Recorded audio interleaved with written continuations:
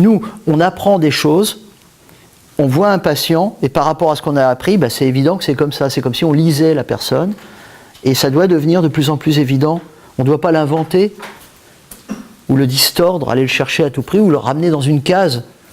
On doit adapter ce qu'on a appris et ce qu'on a compris à la personne qu'on a en face de nous, et dire, il me semble assez évident que c'est plutôt ça, et donc le principe de traitement, ça doit être ça, puis on voit si ça marche après, évidemment.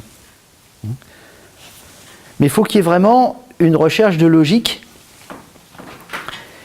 et c'est vraiment très important cette logique, parce que c'est la chance énorme qu'on a, c'est que pour nous, les signes émis par le patient sont signifiants.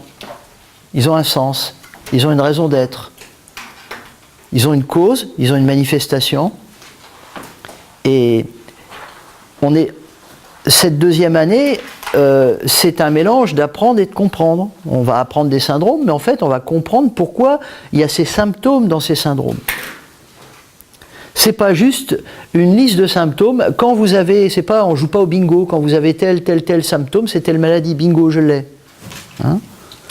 La maladie de Du-Schmoll, parce que dans la maladie de Du-Schmoll, il y a tel symptôme. Alors, après, on va dire, vous êtes un cas rare, parce que vous, c'est la maladie de Du-Schmoll X, parce qu'il manque ça, il y a ça.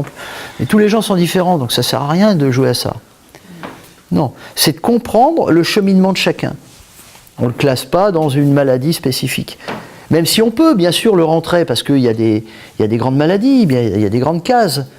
Mais ça ne nous avance pas fondamentalement dans l'aide individuelle qu'on peut essayer d'apporter.